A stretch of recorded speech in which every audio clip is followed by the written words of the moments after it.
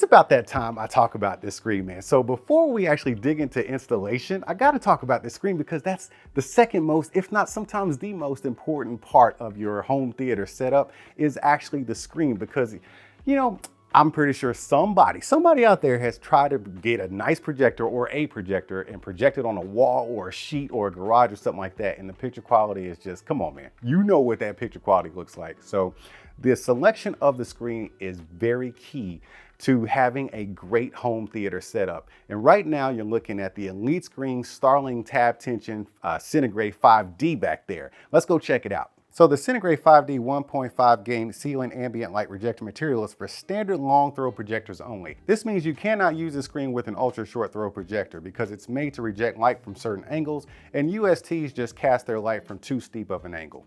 The screen material has a few layers, one being an angular reflective technology that reflects off-axis light from all directions, which helps eliminate up to 75% of the ambient light in the room. The high contrast layer is there to improve the black levels for rich images while maintaining the color purity, which also reminds me that the screen is ISF certified for accurate color reproduction in darkroom environments. Now it is a tab tension screen, which means you're going to have these little tabs with the little cable running through it, and that's going to pull the screen tight so you have a nice flat surface so you can have the best image quality possible. Now here's a couple of perks. It comes with 3 different types of remotes. You get an IR, an RF, and a wall box controller. I like to use the RF remote all the time just so I can have full contact with the screen with no interruptions from anything else.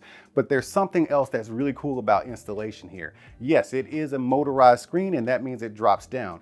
It has a memory that you can actually program. So you can see here that it drops down just below the top surface of my TV stand here, which is exactly where I want it to cast my image, okay? Because it will drop down, like at full length, it will drop down probably another 6 to 8 inches lower, and that's too low for me to be watching the projector here. So what I've done is actually program it to stop here every time, and that way I get the perfect setup every time I hit the button. Another thing about installation is that it's super easy. You will need some help installing it because it does have some weight to it because it's a motorized electronic screen and it's really high quality. But they do give you these 2 wall mount brackets, okay? So you can mount them on the studs on your wall, you can have it wall mounted, or in my case, I have a vaulted ceiling so my walls are not as tall, so I have it suspension mounted from my ceiling, and it comes with that hardware as well. So you can mount this thing 2 different ways, and I really like the fact that it's versatile in mounting because otherwise I wouldn't be able to use it in here, and I'd be missing out on all this 120-inch ambient light rejecting goodness.